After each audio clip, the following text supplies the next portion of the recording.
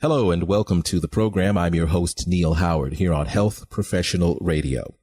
When we talk about osteoporosis, many of us get this picture of our grandmother, our great-grandmother, in the 70s or 80s having osteoporosis. But some of the myths about osteoporosis are going to be cleared up for us today by returning guest, Dr. Tara Allmen. She's a nationally certified and recognized menopause practitioner who deals in osteoporosis and postmenopausal conditions. Thank you so much for returning to talk with us, Dr. Allmen. You're very welcome. Give our listeners a bit of background about yourself for those who may not be familiar with you.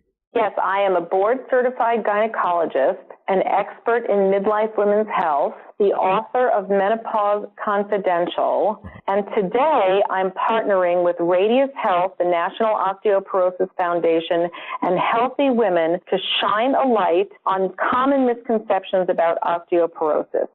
Okay, now some of these common misconceptions about osteoporosis might be cleared up with just a definition of what osteoporosis is.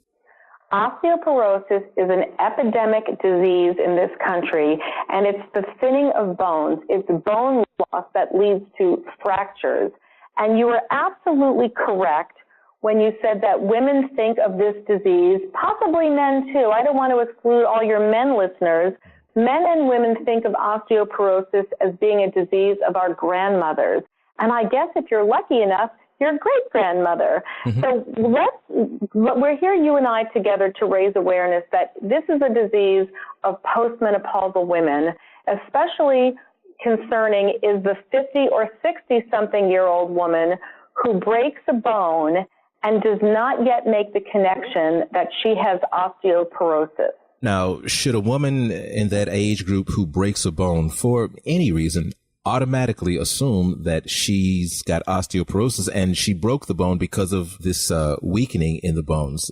Well, one should never assume, but what I want all postmenopausal women who are listening to us today to do is that if you're in your 50s and 60s, you are at risk for the disease just by virtue of the fact that you're menopausal, which means you're no longer making estrogen, which means you're no longer getting the protection that estrogen confers on bones. So if you break a bone, especially a low-impact fracture, so for instance, if you're just standing and you fall down and break a bone, or you get out of a chair and break a bone because you fall down or you slip on the curb, any of these low-impact fractures is a sign to you that you have to start exploring whether or not you have the disease. Again, we're talking about the 50 and 60-something crowd. If a woman doesn't break a bone, are there any symptoms that she should be aware of? I mean, part of the awareness is knowing some of the symptoms. You're absolutely right. Let's try to avoid breaking a bone altogether. Mm-hmm. The reason why osteoporosis, however, is called a silent disease is because usually there are no symptoms until you fracture a bone. But women will start losing height. That is bone loss in the spine. So you'll see you yourself will go every year and get your height done with your physician, and you'll find that you're getting a little shorter, or maybe you're tipping a little bit over. So these are early signs for women that they're losing bone and therefore at risk for the disease osteoporosis.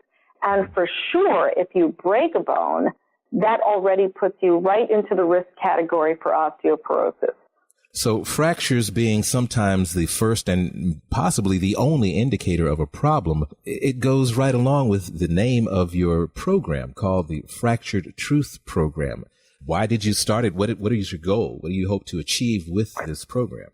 Well, the goal of the Fractured Truth Program is to really help clarify common misconceptions about osteoporosis and to shine a light on this misconnection between osteoporosis and fracture. And recently, a survey was performed that found that 87% of postmenopausal women who fractured a bone did not make the connection to osteoporosis. Really, this is a critical piece of information. Healthcare professionals who are taking care of these younger postmenopausal women are also not making the connection between bone fracture and the disease osteoporosis. And really, more women over the age of 55 are being hospitalized for osteoporotic fracture than many other diseases like breast cancer, stroke, and heart attack. So it's an important time in a woman's life to get her education really in her 50s because 8 million women have the disease, and 1/3 of women with risk factors won't even know that they have the disease. So really, I'm hoping that all of your listeners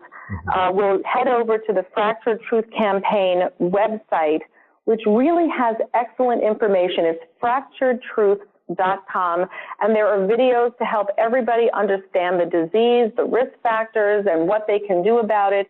And what I also like about the website is that there's a doctor discussion guide for all women to give them the language that they need so that they can talk to their own healthcare professional about their own personal risk. So being able to effectively get the conversation started is an important factor. Now, in your opinion, a couple of questions for you. In your opinion, what would you say is the most critical fractured truth, as it were, that you want postmenopausal women to take away from the discussion today? And in your experience and in your opinion, what is the rate of acceptance when you tell a woman, you've got osteoporosis, or you could, and she's like, well, I'm 50 years old. I'm 55. There's no way I've got it. How do you deal with that? And is that something that's addressed in this Fractured Truth program? Well, I'll tell you, in my personal clinical experience, I do see a lot of women who are absolutely in shock that they have the diagnosis of osteoporosis, because in their 50s, it's not something that they think about. They really do think that osteoporosis is a disease of little old ladies. So, yes, there's an element of bewilderment and shock. How could I be so young? But really the point is that all postmenopausal women, once they stop making estrogen, are at risk for bone loss, are at risk for osteoporosis, are at risk for bone fracture. So that's my clinical experience. And what was surprising to me most from the Fractured Truth Campaign survey was that healthcare professionals are not making the connection either.